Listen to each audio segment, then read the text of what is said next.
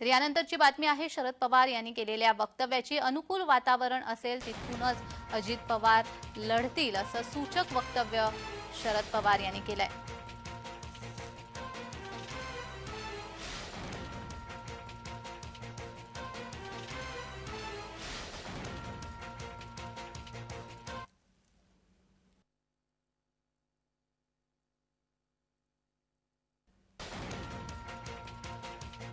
अनुकूल वातावरण असेल तिथून अजित पवार लढतील असं सूचक वक्तव्य शरद पवार यांच्याकडून करण्यात आलंय।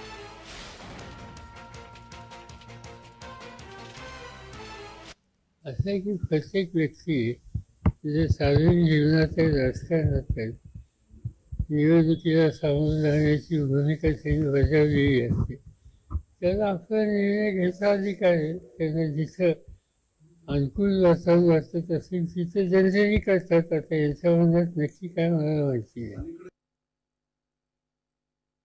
संभाजी भिडे म्हणतात की मराठा असं